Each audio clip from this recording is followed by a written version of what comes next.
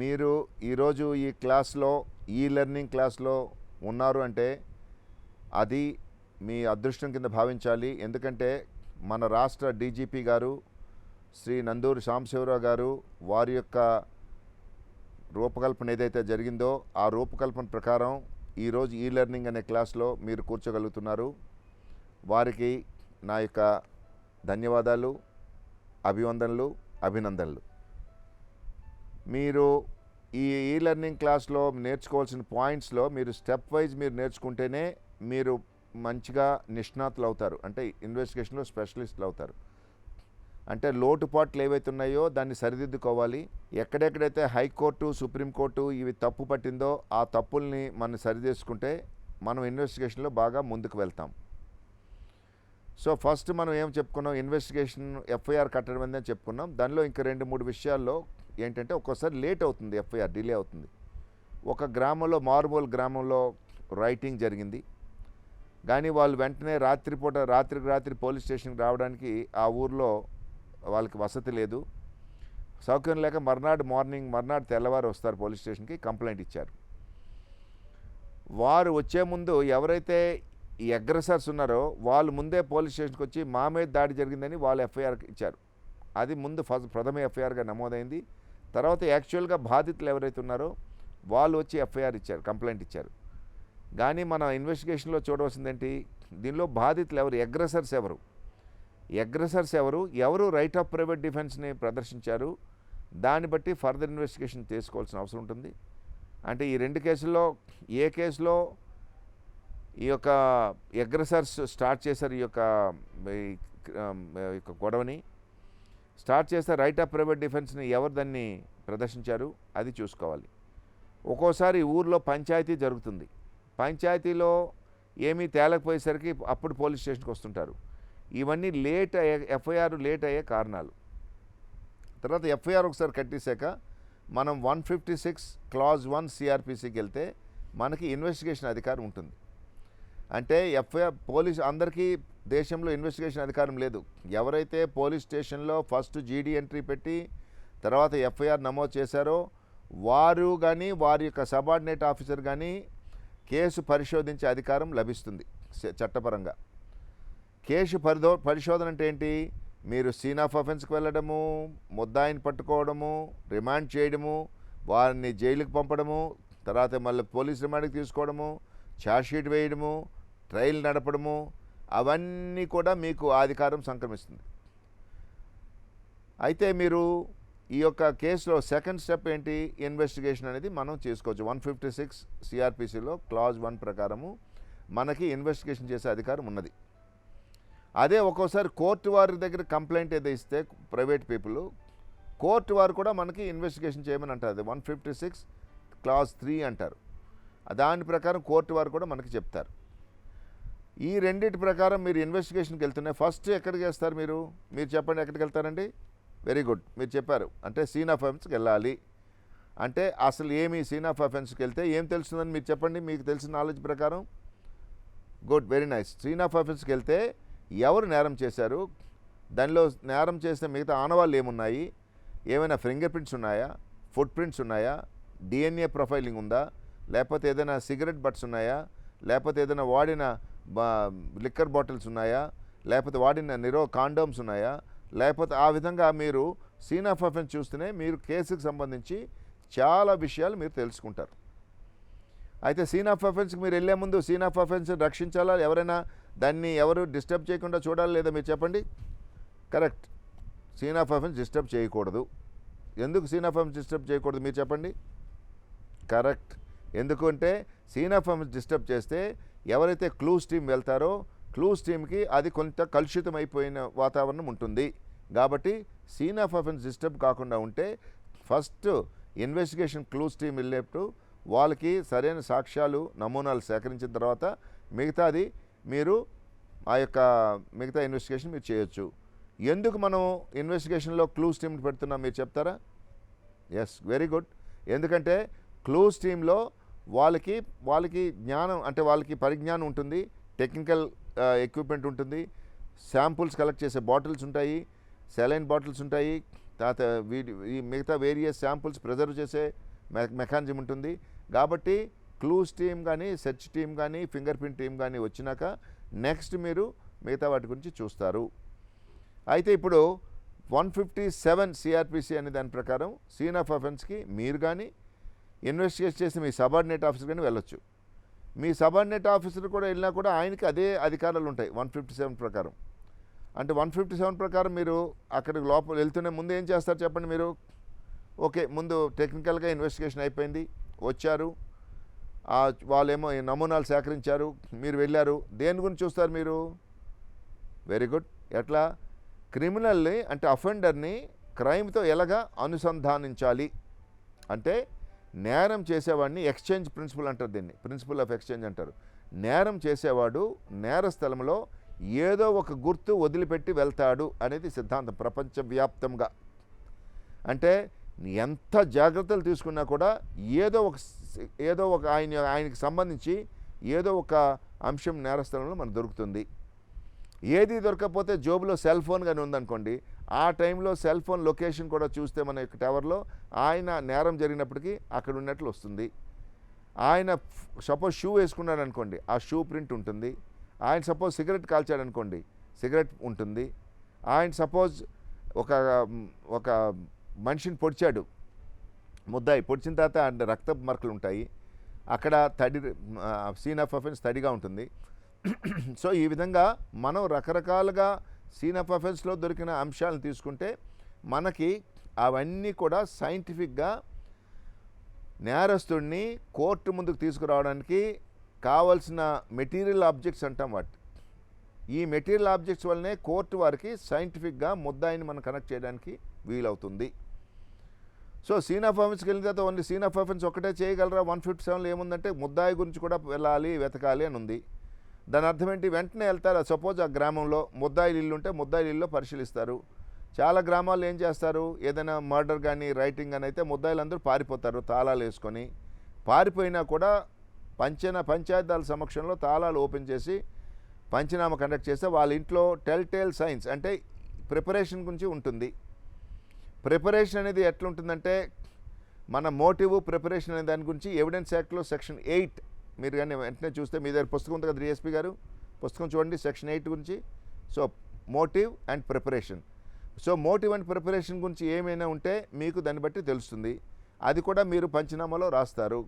వీళ్ళు ముందు రోజు రాత్రి వీళ్ళు కొట్టుకోవడానికి ప్రయత్నిస్తూ అంత ముందు రోజే వీళ్ళు తెచ్చారు, కొన్ని కత్తులు తెచ్చారు, కొన్ని కత్తులు వాడిన కత్తులు కూడా ఉన్నాయి, కొన్ని వాడని కత్తులు ఉన్నాయి వీళ్ళ దగ్గర అని చెప్పి మీరు రాస్తారు.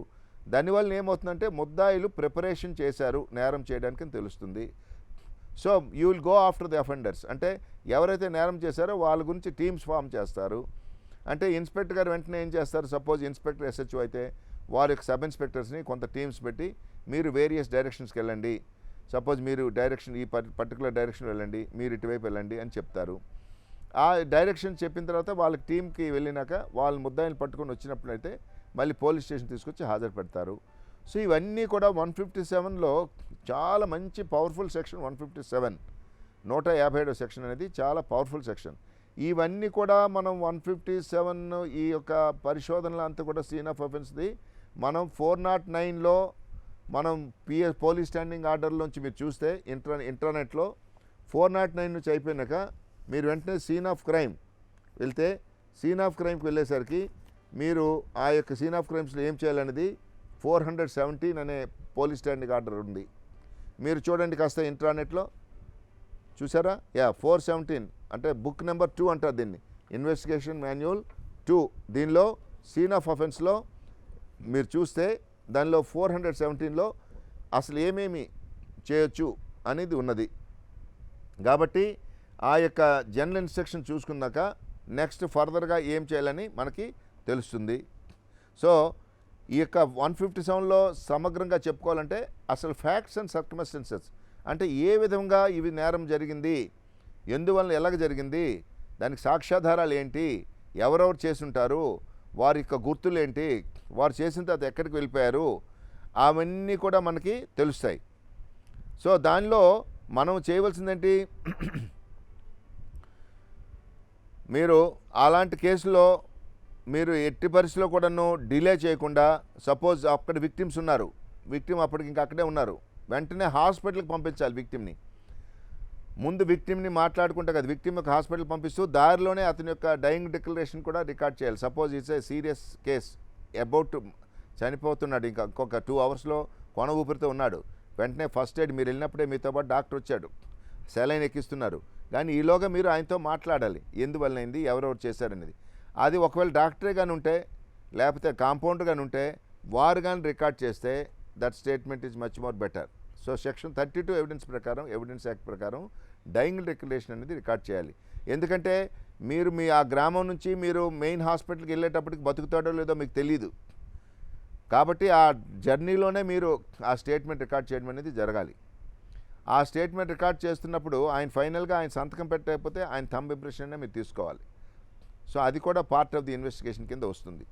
తర్వాత మీరు అక్కడ నుంచి సీన్ ఆఫ్ అఫెన్స్ స్కెచ్ కూడా వేసుకుంటారు. మీరు సీన్ ఆఫ్ అఫెన్స్ స్కెచ్ చేసుకొని తూర్పు, పడమర, ఉత్తర, దక్షిణం వైపు ఏమేమి ఉన్నాయి.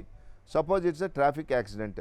ఆ ట్రాఫిక్ యాక్సిడెంట్ అయితే అక్కడ రోడ్ ఏ విధంగా ఉంది, రోడ్ కర్వేచర్ ఉందా, రోడ్లో ఏమైనా టెక్నికల్గా ప్రాబ్లమ్స్ ఉన్నాయా, రోడ్ లేయింగ్లో ఏదైనా ప్రాబ్లమ్స్ ఉన్నాయా, అవన్నీ చూసుకొని కరెక్ట్గా మీరు స్కిడ్ మార్క్స్ ఉన్నాయా, ఈయన బ్రేక్ అప్లై చేశాడా, బ్రేక్ అప్లై చేస్తే ఎంత దూరం వెళ్ళిపోయింది బండి, ఏ స్పీడ్లో ఉంది, స్పీడోమీటర్ ఎక్కడ ఆగింది బండిలో, ఇవన్నీ చూసుకొని మీరు సీన్ ఆఫ్ అఫెన్స్ స్కెచ్లో రాసినప్పుడు 2 ఉంటాయి సీన్ ఆఫ్ అఫెన్స్ స్కెచ్. ఒకటి సీన్లో సపోజ్ ఇట్స్ మోటార్ యాక్సిడెంట్స్ గుద్దుకునేది ఉంటుంది, ఒకటి వేరే సీన్ 2 ఎక్కడ ఉంటుంది, ఇక్కడ గుద్దుకొని చివరికి ఇంకా ఒక 2 కిలోమీటర్స్ వరకు వెళ్ళిన తర్వాత అక్కడ పడిపోయి ఉంటుంది. So that will be scene 1, scene 2 అవుతుంది. దానికి ఇమీడియట్లీ పిక్చర్స్ తీస్తారు, ఫొటోస్ తీస్తారు. ఆ ఫొటోస్ కూడా మీరు CD ఫైల్లో పార్ట్ 1లో పెట్టుకోవాలి. కేస్ డైరీ ఫైల్ అనేది మీకు 172 CRPSలో చెప్తారు కేస్ డైరీ గురించి. కేస్ డైరీ ఫైల్ అనేది మనకి ఇంపార్టెంట్ ఇన్ ది ఇన్వెస్టిగేషన్. ఎందుకంటే మనం ఏమి రాసాము అనేది కేస్ డైరీలో తెలియజేయాలి. కాబట్టి మీరు ఈ యొక్క చేసిన పరిశోధన అంతను క్లుప్తంగా మీ యొక్క CDలో రాయాలి. స్టేట్మెంట్ సపోజ్ సీన్లో కొందరి సాక్షుల యొక్క స్టేట్మెంట్ నమోదు చేశారనుకోండి, ఆ నమోదు చేసే స్టేట్మెంట్స్ కూడా బ్రీఫ్గా చేస్తే బ్రీఫ్గా చేసినట్లు, లేకపోతే మిగతా చేసినట్లు మీరేమో అవి దాంతో పొందుపరచాలి. ఇవన్నీ ఎందుకంటే చట్టం ఏమని చెప్తుందంటే మీరు చేసిన ఇన్వెస్టిగేషను దాన్ని మీరు ఇన్ రైటింగ్లోకి తీసుకురావాలి. కొన్నిసార్లు కొందరు సాక్షుల స్టేట్మెంట్స్ బ్రీఫ్గా చేసే అధికారం కూడా మీకుంది, కొందరు డీటెయిల్ సాక్షులది వెర్బాటింలో చేసే అధికారం ఉన్నది. కాబట్టి వాటిని మీరు తీసుకొని రావాలి. కొన్నిసార్లు మన జ్యూరిడిక్షన్ కాకపోయినా కూడా వేరే జ్యూరిడిక్షన్ సంబంధించి ఒక కేసు గురించి మనకి రిపోర్ట్ వస్తుంది. అది రైల్వే పోలీస్ స్టేషన్కి సంబంధించింది కావచ్చు, మన స్టేట్లో మిగతా స్టేట్కి సంబంధించింది కావచ్చు, మిగతా పోలీస్ స్టేషన్ సంబంధించింది కావచ్చు. ఏదైనా కూడా ముందు FIR అంటూ రిజిస్ట్రేషన్ చేసే అధికారం కూడా ఉన్నది. ఈ మధ్యన సుప్రీంకోర్టు చాలా జడ్జిమెంట్స్లో ఏమని చెప్పిందంటే ఎక్కడైనా పట్టదగిన నేరం ఎక్కడైనా మీరు రిజిస్ట్రేషన్ చేసి కన్సర్న్డ్ పోలీస్ స్టేషన్కి మీరు అది FIRని ట్రాన్స్ఫర్ చేయొచ్చు. ఆ కన్సర్న్ పోలీస్ స్టేషన్ వారు దానికి వేరే కొత్త నెంబర్ వాళ్ళ యొక్క స్టేషన్ నెంబర్ ఇస్తారు. ఇచ్చిన తర్వాత మీ రికార్డులో అది క్లోజ్ అయినట్లు చూపిస్తారు. మీరు రికార్డ్ చేయకుండా లేదు మీరు ఆ పోలీస్ స్టేషన్కి వెళ్ళండి, ఈ పోలీస్ స్టేషన్కి వెళ్ళండి అనడానికి లేదు అనేది సుప్రీంకోర్టు చెప్పడం జరిగింది. అయితే ఇప్పుడు 157 ఇన్వెస్టిగేషన్కి మనం వచ్చేటప్పటికి ఏం చేస్తున్నాము, ఈ యొక్క ప్రొసీజర్లో ఇన్వెస్టిగేషన్లో 157లో మనం కొన్నిసార్లు ఏమవుద్ది, మనం రిపోర్ట్స్ అప్పటికప్పుడు రిపోర్ట్స్ మన కోర్ట్స్కి పంపించాలి. కోర్టుకి పంపించవలసిన రిపోర్ట్ కూడా డేట్ కాకుండా చూసుకోండి. సపోజ్ ఆ రోజు మీరు వెర్బాటిమ్గా కొందరు స్టేట్మెంట్స్ రికార్డ్ చేశారు, ఆడియో వీడియో రికార్డింగ్లో చేశారు 161 క్లాస్ 3లో. ఆ రోజు సాయంత్రం నాడు కానీ మర్నాడు తెల్లవారు కానీ ఆ స్టేట్మెంట్స్ని మన కన్సర్న్ జ్యూరిడిక్షనల్ కోర్టుకి పంపించినట్లయితే పోలీసు వ్యవస్థ మీద నమ్మకం ఉంటుంది, మీ ఇన్వెస్టిగేషన్ మీద కోర్టుకి నమ్మకం ఉంటుంది. రేపొద్దున కోర్టు వారు మీ ఇన్వెస్టిగేషన్ బాగా నమ్ముతారు. కాబట్టి కోర్టుని అల్టిమేట్గా మనం పర్ఫెక్ట్ ఇన్వెస్టిగేషన్ చేసినా కోర్టు నమ్మేటట్లు ఉండాలి. అందుకనే మీరు టైం గ్యాప్స్ మీరు మెయింటైన్ చేస్తూ టైం ల్యాప్సెస్ లేకుండా వెంటనే పంపించే సాధనలో ఆ యొక్క ప్రక్రియను మీరు ఫాలో చేస్తూ ఉండాలి. మీ దగ్గర ఒక సెట్ ఆఫ్ పీపుల్ పెట్టుకోవాలి. వెంటనే కోర్టుకు వెళ్ళే వాళ్ళని, మ్యాజిస్ట్రేట్ గారు ఇంటికి వెళ్ళే వాళ్ళని, ఇంటికి వెళ్ళే వాళ్ళని సంతకం చేసుకునే వాళ్ళని, ఆ టైం మీరు రాసుకునేది మీ CDలో మీరు రాసుకుంటారు. ఈరోజు ఈ యొక్క ఎఫ్ఐఆర్ పలానా రోజు నాడు పలానా కానిస్టేబుల్ ద్వారా కోర్టుకి పంపించాము, వారు కోర్టు వారు పలానా టైం వేసుకున్నారని. ఎందుకు మీరు సాక్ష్యానికి వచ్చేటప్పటికి కొన్ని సంవత్సరాలు పడతాయి కేసులు. కొన్ని కేసుల్లో తప్ప, కొన్ని కేసుల్లో స్పీడ్ ఇన్వెస్టిగేషన్ గురించని సెక్షన్ 309 గురించి చెప్తున్నారు. ఈ మధ్యలో సెక్షన్ 309 గురించి ఏం చెప్తున్నారు, ఏ కేసు అయినా కూడాను ఆ రోజు సాక్షులు ముద్దాయి కానీ హాజరైతే 309 సిఆర్పిసి ప్రకారం కేసులో సాక్ష్యాలు నమోదుని సేకరణ చేయాలి అని చెప్తున్నారు. ఒక్కసారి చూడండి 309 CrPC. Have you seen? Yes, 309 CrPC అనేది very important CrPC as far as speedy trial is concern. ఈ స్పీడీ ట్రయల్ భాగంగా అయినా కూడాను ఇప్పటికీ అప్పటికి లేట్ అవుతుంటాయి కాబట్టి ఆ యొక్క కోర్టుకి సంబంధించి ఏవి కూడా లేట్ కాకుండా మీరు చూసుకోవాల్సిన బాధ్యత ఉంది. ఇంకా మీరు అక్కడికి వెళ్ళినాక ఇంకోవైపు ఏం చేస్తారు, సపోజ్ ఆ కేసులో 41A ప్రకారం నోటీస్ ఇవ్వాల్సిన కేసులు ఉంటాయి. అంటే 7 సంవత్సరాలు అంతకంటే తక్కువ శిక్ష పడిన కేసుల్లో మీరు ఎక్యూజ్డ్కి నోటీస్ ఇవ్వచ్చు. ఎలాంటి కేసులు అవి? సపోజ్ ఆ కేసులో మీరు మన వైట్ కాలర్ క్రైమ్లో కానీ లేకపోతే మిగతా మెరైటల్ క్రైమ్లో కానీ అలాంటి క్రైమ్లో ఇవ్వచ్చు. కానీ అదే దొంగ గారికి నోటీస్ ఇస్తున్నామంటే కుదరదు. మీరు అసలే వాడు దొంగ, మీరు నోటీస్ ఇస్తే వాడు ఉంటాడా అక్కడ? అసలు ఉంటే వాడు దొంగ ఎలాగవుతాడు? కాబట్టి అలాంటి కేసుల్లో నోటీస్ అంటూ ఉండదు. నోటీస్ అనేది ఎందుకు ఇస్తున్నారంటే కొన్ని కేసుల్లో ముద్దాయి అనేవాడు ఎవరైతే పేరు పేర్కొన్నారో ఆయనకు ఒక ఇల్లు, ఆయనకు ఆస్తి, ఆయనకు ఇది ఉంది కాబట్టి, మీరు ఒక అడ్రస్ ఉంది కాబట్టి అక్కడ పిలిస్తే వస్తాడని ఉంది. అంటే ఇవన్నీ ఎందుకంటే మిస్యూజ్ని తగ్గిద్దామనేది సిఆర్పిసి ప్రభుత్వం ఆలోచన, సుప్రీంకోర్టు ఆలోచన. సాధ్యమైనంత వరకు మిస్యూజ్ తగ్గించడం. ఇంతకుముందు ఏం చేసేవాళ్ళు, పోలీస్ ఆఫీసర్లు నీకు అరెస్ట్ చేస్తామని తీసుకొచ్చేవాళ్ళు, ఆయన దగ్గర నుంచి వసూలు చేసేవాళ్ళు, పంపించేవాళ్ళు. ఈ విధంగా చాలా కంప్లైంట్స్ వెళ్ళాయి హైకోర్టుకి, సుప్రీంకోర్టుకి. సో సుప్రీంకోర్టు ఏమన్నది, ఇలాంటి కేసులో 41A ప్రకారం మీరు నోటీస్ ఇవ్వండి, 7 సంవత్సరాలు అంతకంటే తక్కువనేది.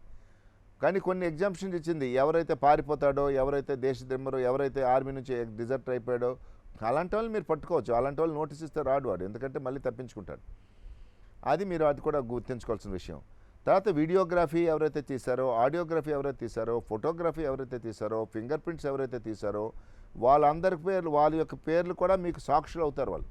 కాబట్టి మీ సీడీలో వాళ్ళ పేర్లు కూడా రాసుకుంటారు. Photographs is taken by so and so. Tracker dog, కొన్ని కేసుల్లో డాగ్ స్క్వాడ్ పెడతారు. డాగ్ స్క్వాడ్ పెట్టినప్పుడు ట్రాకర్ డాగ్ అతను కూడాను మీరు అతని యొక్క నేమ్ కూడా రాస్తారు. ట్రాకర్ డాగ్ ఒక్కోసారి ఏదైనా ముద్దాయిలు బస్ పాయింట్ వరకు అంటే బస్ పాయింట్ వరకు చూపిస్తుంది. ఆ బస్ పాయింట్ వరకు అది కూడా మరి ట్రాకర్ డాగ్ పేరు కూడా మీరు రాసుకుంటారు. ఆ ట్రాకర్ డాగ్ ఫలానా డాగ్ కూడా పేరు ఉంటుంది, ఆ డాగ్ హ్యాండ్లర్కి ఒక పేరు ఉంటుంది, అది కూడా మీ సీడీలో రాసుకుంటారు. కొన్నిసార్లు డైరెక్ట్గా గ్రామాల్లో అయితే ముద్దాయి ఇంటికి వెళ్ళి డాగ్ పట్టిస్తుంటుంది. నేను నా సర్వీస్లో చాలా దగ్గరలో ముద్దాయి ఇంటికి డైరెక్ట్ తీసిపోయేది ఆ రోజు, అంటే ట్రాకింగ్ డాగ్స్.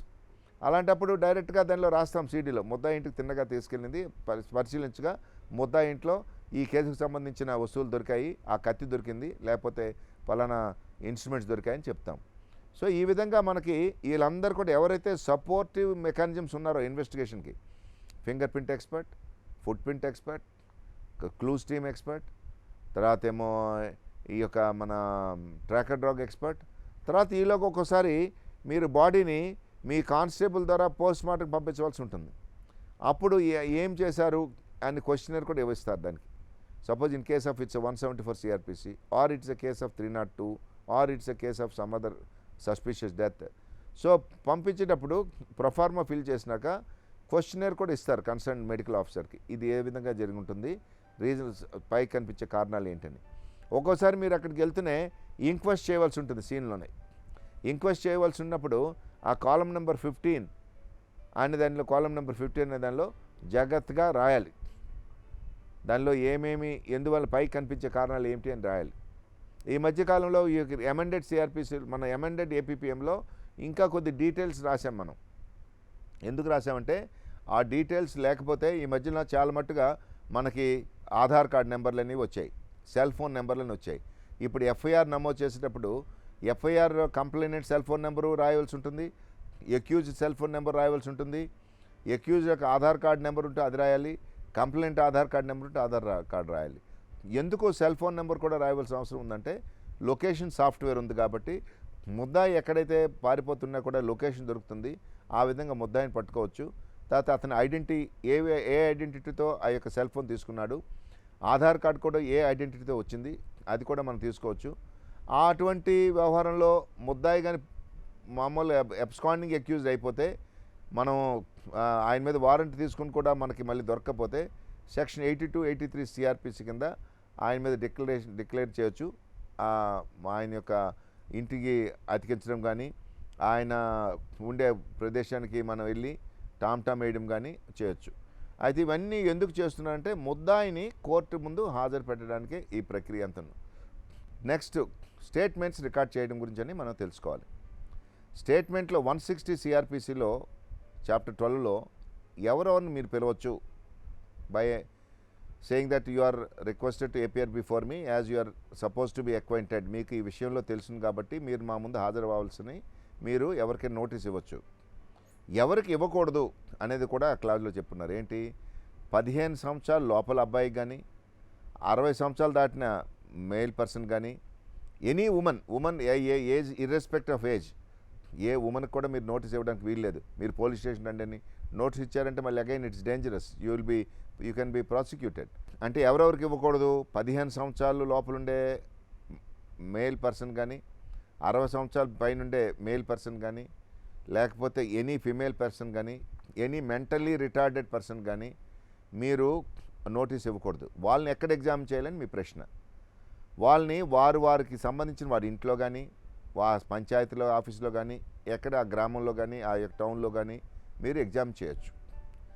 160 ఎందుకు ఇచ్చారంటే దాన్ని రికార్డింగ్ ఎట్లా చేయాలనేది కూడా 161లో మెన్షన్ చేశారు.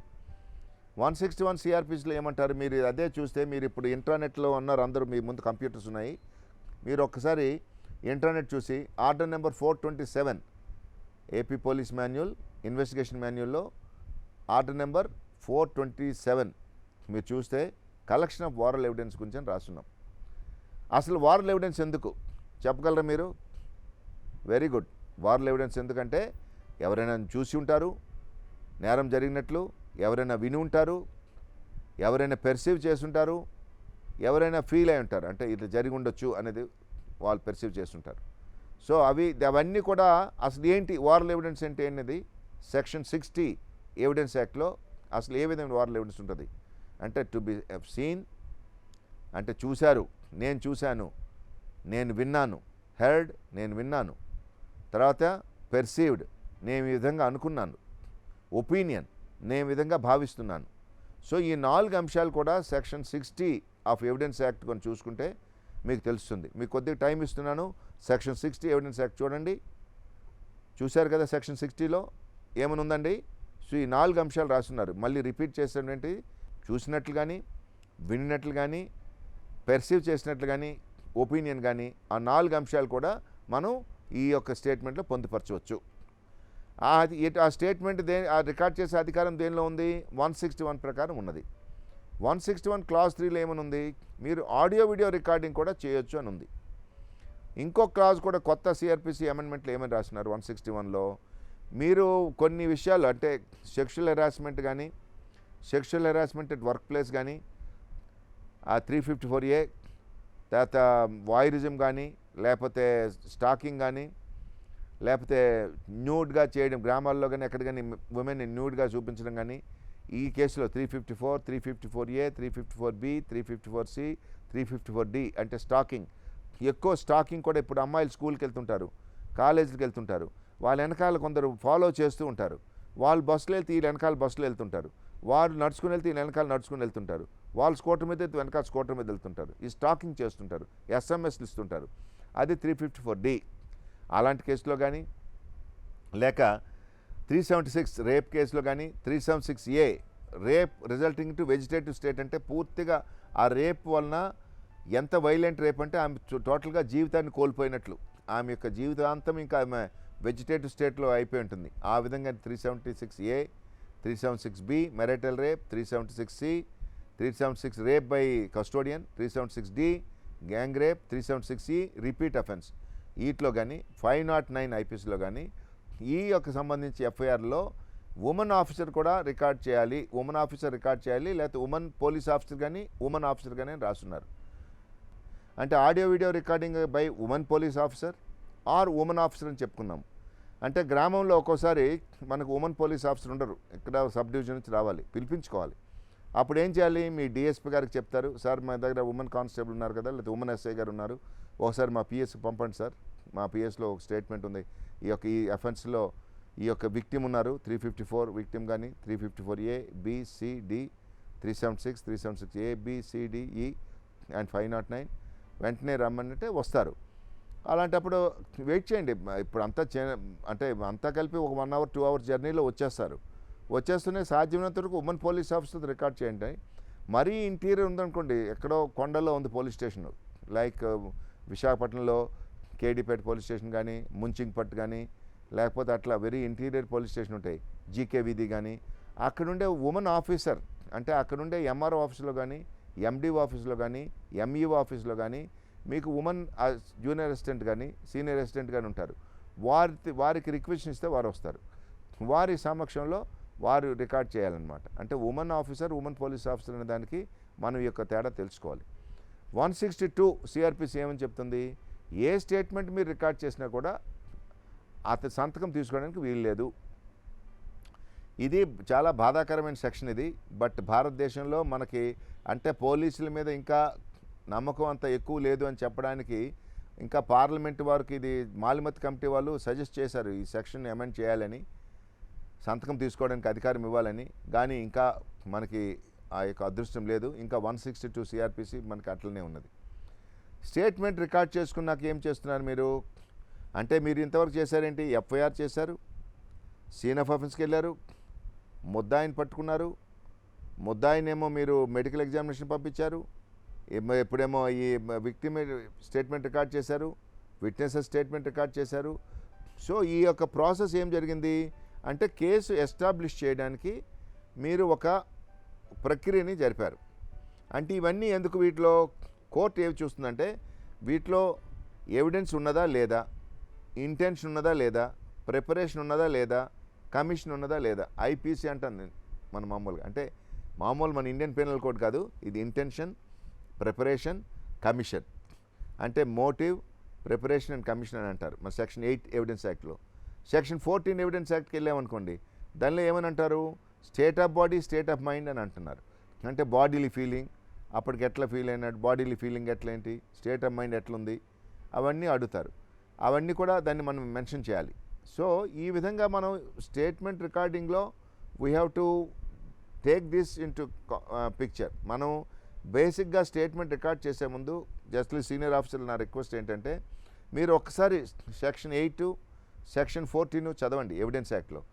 వాటిలో ఉండే అంశాలని ఈ యొక్క స్టేట్మెంట్లోకి మీరు తీసుకొస్తే రేపు పొద్దున్న కోర్టులో ఆర్గ్యుమెంట్స్ టైంలో డిఫెన్స్ అడ్వకేట్కి ఏ యొక్క పాయింట్ దొరకదు. కాబట్టి మీరు ఎవిడెన్స్ యాక్ట్ చదవకుండా స్టేట్మెంట్ రికార్డ్ చేయడం అనేది మీ భావ్యం కాదు. ఎందుకంటే ఎవిడెన్స్ యాక్ట్లో ఎటువంటి స్టేట్మెంట్ అడ్మిసిబుల్, ఎటువంటి స్టేట్మెంట్ రిలవెంట్, ఎటువంటి స్టేట్మెంట్ ఇర్రెలవెంట్ అని రాస్తున్నాడు. కాబట్టి అది మీరు గుర్తుంచుకోండి, ఆ విధంగా మీరు చేస్తూపండి. ఇది అయిపోయినాక, స్టేట్మెంట్ అయిపోయినాక మీరు సపోజ్ సీడీ, అది ఆడియో వీడియో సీడీ కానీ చేసినట్లయితే మీరు వెంటనే మర్నాడే దాన్ని మీ యొక్క జ్యూరిడిక్షన్ కోర్టుకి ఒక కాపీ పంపించండి. ఈ పంపించడంలో ఏంటంటే, మీరు కోర్టుకి వెంటనే మీరు పంపించిన ఉద్దేశం ఏంటంటే, ఆమె ట్రయల్కి వచ్చేటప్పుడు కానీ అతను కానీ ఆమె కానీ మీకు సహకరిస్తారు అండ్ కోర్టు వారికి కూడా నమ్మకం వస్తుంది. ఈ విషయమై మనం స్టేట్మెంట్ రికార్డింగ్ వరకు ఉంటుంది. కొన్నిసార్లు ముద్దాయే మీ దగ్గరికి వస్తాడు, వచ్చి నేరం చేశానని చెప్తాడు, అది కూడా ఎఫ్ఐఆర్ అవుతుంది, ముద్దాయి స్టేట్మెంట్ కూడా ఎఫ్ఐఆర్ అవుతుంది. కానీ ఆయనే అక్యూజ్డ్ అవుతాడు. నేను వచ్చాను సార్, మా భార్య ఇలా తప్పు చేస్తుంటే నేనేం చంపేశాను కాబట్టి వెంటనే అని చెప్తాడు, భర్తే వచ్చి చెప్తాడు పోలీస్ స్టేషన్లో. అది కూడా ఆ యొక్క statement of the accused also is considered as FIR. So again అంతా ఇన్వెస్టిగేషన్ అంతా అయినాక దాని మీదకి మనం ఇతను ఏ పరిస్థితుల్లో చేశాడు, ఏం చేశాడు అనేది మనం అన్ని ఇన్వెస్టిగేషన్లు తీసుకొస్తాం, ఛార్జ్ షీట్లో వాటిని మనం వేస్తాం. మనము బేసిక్గా ఏం చేస్తున్నాం, మనము ఇన్వెస్టిగేషన్ అంటే ఏంటి, bringing the truth of the case, అంటే నిజాన్ని బయటకు తీసుకొస్తున్నాం. ఇన్వెస్టిగేషన్ అంటే ఎటువంటి నిజాన్ని బయటకు ఏ విధంగా తీసుకొస్తున్నాము, acceptable evidence of the to the court, అంటే కోర్టు వారు నమ్మే సాక్ష్యాధారాలతో కేసును తీసుకెళ్తున్నాము. Therefore investigation to bring about truth by collecting admissible evidence in a sequence so that the court understands that the case has happened. అంటే investigation అంటే ఈ యొక్క ప్రక్రియలో 154లో ఎఫ్ఐఆర్ కట్టి 157లో సీన్కి వెళ్ళి 161లో స్టేట్మెంట్ రికార్డ్ చేసి తర్వాత 167లో రిమాండ్కి పంపించేటప్పుడు 167లో తర్వాత చెప్పుకుందాము. రిమాండ్ 167 సిఆర్పిసిలో రిమాండ్ పంపించేటప్పుడు పోలీస్ రిమాండ్ కావాలా జ్యుడిషియల్ రిమాండ్కి వెళ్ళాలా చెప్పి అతను పోలీస్ రిమాండ్ కావాలంటే మిగతా విషయాల్లో చెప్పే అంశాలు ఉన్నాయని తెలుసుకోవడానికి అలా చేసి లాస్ట్గా 173 అనేది ఛార్జ్షీట్ ఉంటుంది. ఇదంతటికి ఎక్కడికక్కడ కనెక్టింగ్ లింక్స్ కానీ లేకపోతే మనకి కేసు నిలబడదు. అలాగని చెప్పి లేని ఎవిడెన్స్ని మనం ప్రొడ్యూస్ చేయకూడదు. ఎందుకంటే ఎక్కడైనా మనం ట్రూత్ఫుల్గా ఉంటే కోర్టు కూడా మనల్ని నమ్ముతుంది. మనం ట్రూత్ఫుల్గా లేము అనుకోండి, ఏదో లింకప్ ఎవిడెన్స్లా పెడతాము, ఆ సాక్షి మనకు చెప్పడం రేపొద్దున్న. ఎందుకంటే ఆ చూడని అతను చూసినట్లు రాయడము, మనం ఏదో మనిషి లేకపోయినా కానీ స్టేట్మెంట్ రికార్డ్ చేయడం రాయడము. మన వాళ్ళు ఏం చేస్తుంటారు, అంతా స్టీరియో టైప్డ్ స్టేట్మెంట్స్ రికార్డ్ చేస్తుంటారు. ఓ మర్డర్ కేసు ఉందనుకోండి, ఆ మర్డర్ కేసులో స్టీరియో టైప్డ్ కేసు స్టేట్మెంట్, నేను ఆ చింత చెట్టు వెనకాల ఉండగా పలానా వ్యక్తి A1 పొడుస్తుండగా A2 గొడ్డతో నరుకుతుండగా చూశాను, ఇంకోటి కూడా నేను చింత చెట్టు ఉంటానంటాడు. నాలుగో వాడు చింత చెట్టు, అందరూ చింత చెట్టు కింద ఎందుకు ఉంటారండి? సో మనకు కూడా మనం కూడా రికార్డ్ చేసేది మనం కూడా చాలా ట్రూత్ఫుల్గా ఉండాలి. ఆ టైంలో ఏం చేసుకుంటున్నాడు ఆయన పొలంలో పని చేసుకుంటున్నాడు, సడన్గా గొడవ అయితే చూశాడు, ఆ గొడవ చూసి పరిగెత్తుకుంటూ వచ్చాడు, వచ్చేసరికి వాడు పొడి చేశారు, వెళ్ళిపోయారు. వెళ్ళిపోతున్నప్పుడు చూశాడు ఊర్లో పలానా రామయ్య పలానా భీమయ్య పలానా వాడు వాళ్ళు వెళ్ళిపోతున్నారు పారిపోతున్నారని చూశాడు, అది వచ్చి చెప్తాడు. ఆ విధంగా మీరు ట్రూత్ఫుల్గా మనం రాయగలిగితే స్టేట్మెంట్ మన యొక్క ఇన్వెస్టిగేషన్ యొక్క కెపాసిటీని నిరూపించినట్లు అవుతుంది. Never try to short cut. ఇన్వెస్టిగేషన్లో షార్ట్ కట్ అంటూ లేదు. ఎందుకు? ఇది వ్యక్తికి ఒక ఇంప్రిజన్మెంట్ ఇచ్చే వ్యవస్థ మంది పోలీస్, అంటే మంది క్రిమినల్ జ్యూరిస్డిక్షన్ కాబట్టి ఎవరైనా నేరం చేస్తే నేరం చేసినందుకు ఆయన జైలు శిక్ష అనుభవించవలసిన ప్రక్రియని నడిపే వ్యవస్థ మనది. కాబట్టి మీరు సాక్ష్యాన్ని రికార్డ్ చేసుకునేటప్పుడు verbatim statement, suppose victim suppose she is a from a Tamil Nadu, she will tell in Tamil, let her tell in Tamil. ఆమె తమిళ్లోనే రికార్డ్ చేయండి మీరు, తర్వాత దాన్ని తెలుగు అఫీషియల్ ట్రాన్స్లేషన్ తెలుగులో చేసుకోండి. కన్నడ ముందనుకోండి, కన్నడలో రికార్డ్ చేయండి. ಕನ್ನಡలో ನಾನು ಅಲ್ಲಿ ಹೋಗಿದ್ದಾನೆ, ಈ ಬಂದಿದ್ದಾನೆ, ಅವ್ರು ಬಂದಿದ್ದಾರೆ, ಹಿಂಗೆ ಮಾಡಿದ್ದಾರೆ అని చెప్తారు. ఆ విధంగానే రికార్డ్ చేయండి. రికార్డ్ చేసి కరెక్ట్ దాన్ని తెలుగులో ట్రాన్స్లేషన్ చేసుకోండి. సో ఈ విధంగా మీరు ఏమిటవుతుందంటే, మీరు తమిళ ఆమె స్టేట్మెంట్ తెలుగులో రికార్డ్ చేసుకుంటే రేపొద్దున ఆమె ఎట్లా చెప్తుంది కోర్టులో వచ్చి సాక్ష్యం చెప్పాలంటే, మేల్ కానీ ఫిమేల్ కానీ. సో వాళ్ళ భాషలోనే చేసినట్లయితే ఆమె రేపొద్దున చాలా నేను ఇదే విధంగా చెప్పానని ఉంటుంది. ఆ ఆడియో వీడియో కూడా అది ఉంటుంది. ఇది చాలా గుర్తుంచుకోవాల్సిన విషయం. మీకు చాలా మట్టుకు డిఫెన్స్ సర్టిఫికేట్ దొరికేది ఎక్కడ దొరుకుతారంటే, మీరు కాపీ అండ్ పేస్ట్ టైప్లో 161 స్టేట్మెంట్స్ టైప్ చేస్తారు. ఆ కాపీ అండ్ పేస్ట్లో ఆ యొక్క కొన్నిసార్లు మిస్ కొట్టి కొన్నిసార్లు సంబంధం లేని స్టేట్మెంట్స్ కింద మీరు చేస్తుంటారు. నేను బికాజ్ జ్యుడిషియల్ అకాడమీస్ కూడా లెక్చర్స్ వెళ్తుంటాను కాబట్టి జ్యుడిషియల్ ఆఫీసర్స్ ఏం చెప్తున్నారంటే, సార్ మీ వాళ్ళకి స్టేట్మెంట్స్ స్వయాన చేతిరాత్తో రాయమని చెప్పండి సార్ అని చెప్తున్నారు. స్వయాన చేతిరాత్తో రాయకపోతే ఎవరైనా మంచి చేతిరాత ఉండే వాళ్ళతో రాయించండి, తప్పేం లేదు, లాస్ట్లో రాయండి the statement is recorded by PC Venkateswararao and అని మీరు recorded by me so and so date అని రాసుకోండి. సో మీరు స్టేట్మెంట్ రికార్డ్ చేసినప్పుడు మీరు మాత్రం ఎట్టి పరిస్థితుల్లో కూడాను don't give any scope for typing unless the person speaks in English. అతడు వచ్చిన ఇంగ్లీష్లో స్టేట్మెంట్ ఇచ్చినప్పుడు మీరు ఇంగ్లీష్లో టైప్ చేసుకుని ఆయన అర్థమైతే then it's okay, but don't type it in English. It is against our GO 1974 జీవోకి ఎగనెస్ట్గా ఉంది. వెర్బాటములు రాయమని చెప్పేసి దానిలో ఉంది. సుప్రీంకోర్టు కూడా చాలా జడ్జిమెంట్స్లో చాలా తీవ్రంగా పరిగణించింది. ఈ మధ్యకాలంలో మీకు తెలుసు, కేసు కానీ ఎక్విట్ అయితే, ఇంపార్టెంట్ గ్రేవ్ కేసు కానీ ఎక్విట్ అయితే బోత్ ప్రాసిక్యూటర్ మీద ఇన్వెస్టిగేటింగ్ ఆఫీసర్ మీద చర్యలు తీసుకోమని కూడా ఇచ్చింది. ఆ GOMS నెంబర్ 20 ఆఫ్ 2017 ప్రకారము మన రాష్ట్రంలో కమిటీ ఉంది. లా సెక్రటరీ గారు, మన అడిషనల్ DG CID గారు, మన అడిషనల్ సెక్రటరీ హోమ్ వీరంతా హోమ్ సెక్రటరీ గారు వీరంతా ఒక కమిటీ ఉంది. ఆ కమిటీలోకి ఈ కేసులు కానీ ఎక్విట్ అయితే వెళ్ళి ఎవరెవరు ఇన్వెస్టిగేషన్ ఆఫీసర్స్ ఉన్నారో వారు ఏమైనా దీనిలో సరైన ఇన్వెస్టిగేషన్ చేయలేదా, ప్రాసిక్యూటింగ్ ఆఫీసర్ వారు సరిగ్గా ప్రాసిక్యూట్ చేయలేదా అని చూసి వారి మీద డిపార్ట్మెంటల్ చర్య తీసుకునే ఒక ప్రక్రియ వచ్చింది. అది అందుకని మీరు ఎట్టి పరిస్థితుల్లో కూడా don't try to compromise on writing the statement in the verbatim. This is very important for all of you. I hope all of you understand. Right. Thank you.